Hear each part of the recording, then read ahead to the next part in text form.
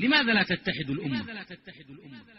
يتساءل كثير من الناس، لماذا الأمة الإسلامية متفرقة؟ لماذا؟ بسم الله الرحمن الرحيم. الحمد لله رب العالمين، والصلاة والسلام على رسول الله وعلى آله وأصحابه وسلم تسليما كثيرا. أما بعد. شيخ صالح السحيمي حفظه الله تعالى. Des paroles plus que précieuses. لماذا لا تتحد الأمة؟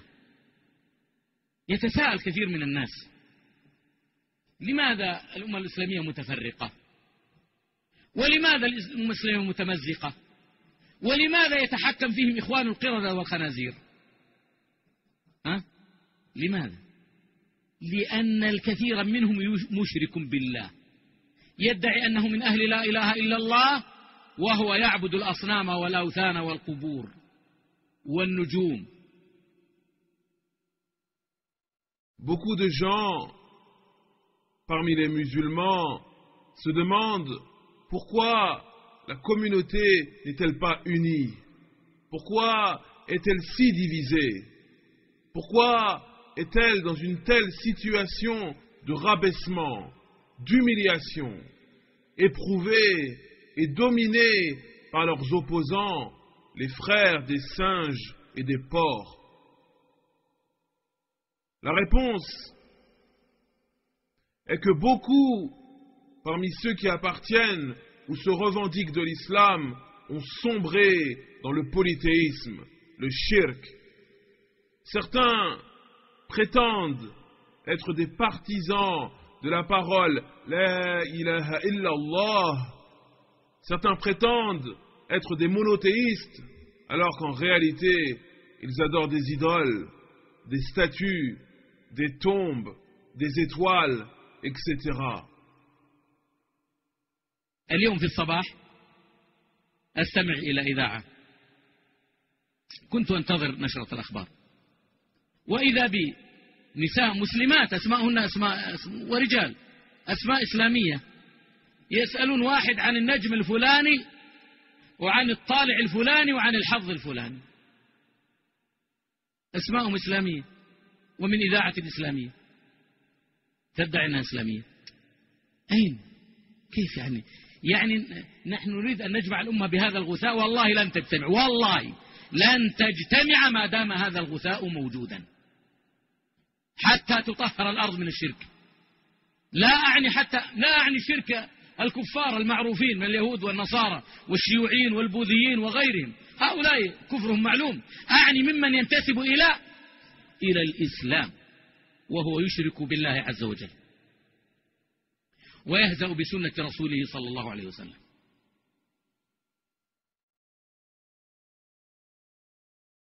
Pour vous citer un exemple, ce matin, j'ai voulu écouter les informations. Aussi, j'ai allumé la radio. Et je suis tombé sur une émission dans laquelle des hommes et des femmes musulmans, ou plutôt des hommes et des femmes qui avaient des prénoms islamiques, interrogeaient au sujet de leur horoscope. Ils interrogeaient au sujet de certaines étoiles qui, soi-disant, porteraient chance. Ils interrogeaient au sujet de telle ou telle constellation qui, soi-disant, porterait chance. Et tout ceci, bien entendu, est en contradiction totale avec l'islam. Ces gens avaient des prénoms islamiques et l'émission était diffusée depuis une station de radio islamique ou prétendue islamique. Comment est-ce possible? Comment a-t-on pu arriver à un tel niveau de bassesse? L'unité, l'union de la communauté musulmane est nécessaire. Mais allons-nous nous réunir avec des gens dont le dogme et les croyances sont éloignés à ce point du dogme authentique et correct, par Allah, jamais la communauté ne sera unie. Jamais l'union véritable et bénéfique de cette communauté ne sera possible tant qu'il y aura parmi nous des gens qui auront dans leur cœur des croyances fausses, perverties, corrompues et immorales. Cette union ne sera jamais possible tant que la terre n'aura pas été purifiée de l'associationnisme, le shirk, le polythéisme. Et je ne parle pas de l'associationnisme que l'on retrouve chez les juifs, les chrétiens, les bouddhistes, les communistes, etc. Non. Car en ce qui les concerne, leur mécréance est connue. Et ils n'ont jamais prétendu faire partie de l'islam. Moi, je parle de cet associationnisme, ce polythéisme, ce shirk que l'on retrouve chez ceux qui s'affilient à l'islam, ceux qui se revendiquent de l'islam alors qu'ils associent à Allah. Ils vouent un culte à d'autres qu'Allah et se moquent de la sunna de son messager sallallahu alayhi wa sallam. ومع هذا نقول نحن هذا الذي يقول هذا الكلام يقول لك فلان يفرق الأمة، فلان يفرق الناس، هذا يفرق كلمة الأمة. هي متفرقة أصلا، ولن يصلح آخر هذه الأمة إلا بما صلح به أولها، كما يقول إمام دار الهجرة الإمام مالك بن أنس رحمه الله تعالى. قضية ما هي قضية دعاوى إسلام بالهوية. نحن لا نيأس، نقول سيعود الناس إلى الإسلام، لكن متى؟ Et concernant les gens qui appellent au tawhid, les gens qui appellent au dogme authentique et qui mettent en garde contre le shirk, ces gens disent que ce sont des semeurs de troubles. Ils disent que nous semons la division au sein de la communauté, alors qu'en réalité, la communauté musulmane est déjà divisée à la base. Et comme a dit l'imam Malik, rahimahullah, rien n'améliorera l'état des derniers de cette communauté, si ce n'est ce qui a amélioré l'état des premiers de cette communauté. Rien n'améliorera l'état des derniers de cette communauté, si ce n'est ce qui a amélioré l'état des premiers de cette communauté. Et les premiers de cette communauté, ce sont as-sahaba, les compagnons du messager d'Allah, sallallahu alayhi wa sallam. Et ce qui a amélioré leur état, c'est le fait qu'ils ont accouru vers le Coran et les enseignements du prophète, sallallahu alayhi wa sallam, la sunnah. Ils les ont acceptés, ils les ont assimilés et ils les ont mis en pratique. Ainsi, il s'agit d'un sujet d'une importance capitale. L'islam, ce n'est pas une simple prétention, ce n'est pas une simple parole que l'on prononcerait de sa langue sans agir en conséquence. Il ne s'agit pas de se prétendre musulman, sans agir en conséquence. Et en ce qui nous concerne, nous ne désespérons pas et nous affirmons que les gens vont revenir à l'islam authentique. Néanmoins, quand? يتطلب الأمر جهود من طلبة العلم ومن المشايخ ومن العلماء ومن من تبلغه مثل هذه الرسالة وممن يغار على العقيدة أن يكون حازما في تبليغ رسالة الله عز وجل كما هي، ليس بالتجميع. هذا التجميع والتخليط سئمناه وشبعنا منه من عشرات السنين. تعقد المؤتمرات في كل مكان وهي كطاحن القرون التي تسمع جعجعة ولا تجد أثرا.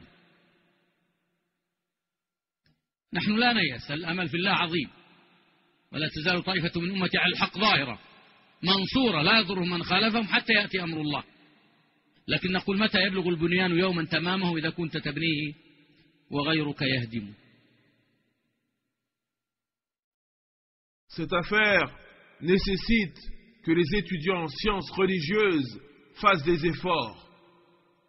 De même que les gens de science, les savants, ainsi que quiconque à qui cet appel sera parvenu. Cette affaire nécessite les efforts de chacun. Nous avons besoin de personnes qui vont approfondir leur connaissance du dogme islamique authentique et qui soient déterminées à diffuser le message d'Allah, le message de l'islam tel qu'il a été révélé. Voilà sur quoi nous devons nous unir. Quant au fait de s'unir et de se regrouper sur un nom ou sur une appartenance ethnique ou géographique, tout ceci, en réalité, ne sert à rien et ne donnera aucun fruit. Depuis des années, certains groupes organisent des conférences un peu partout. Ils se réunissent et appellent à l'union, au regroupement. Mais un regroupement qui n'est pas fondé sur le tawhid, un regroupement qui n'est pas fondé sur le dogme authentique, ne donnera aucun résultat bénéfique. Ils font énormément de bruit, mais pour rien du tout.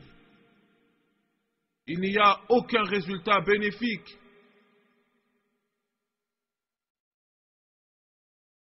Nous avons foi en notre Seigneur et nous ne désespérons pas. Notre espoir en lui est immense.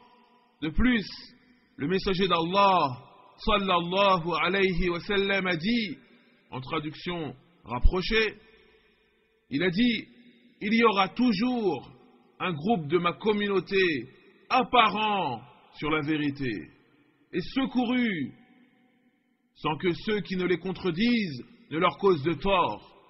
Et ce sera ainsi jusqu'à ce que vienne l'ordre d'Allah, c'est-à-dire jusqu'à la fin des temps. Cependant, nous disons, quand est-ce que la construction de ton édifice sera achevée si un autre que toi vient à chaque fois le détruire? Quand est-ce que la construction de ton édifice sera achevée si un autre que toi vient à chaque fois le détruire? Subhanakallahumma wa bihamdik, ashhadu an la ilaha illa ant, astaghfiruka wa atubu ilayk. وصلى الله على نبينا محمد وعلى آله وأصحابه أجمعين والحمد لله رب العالمين.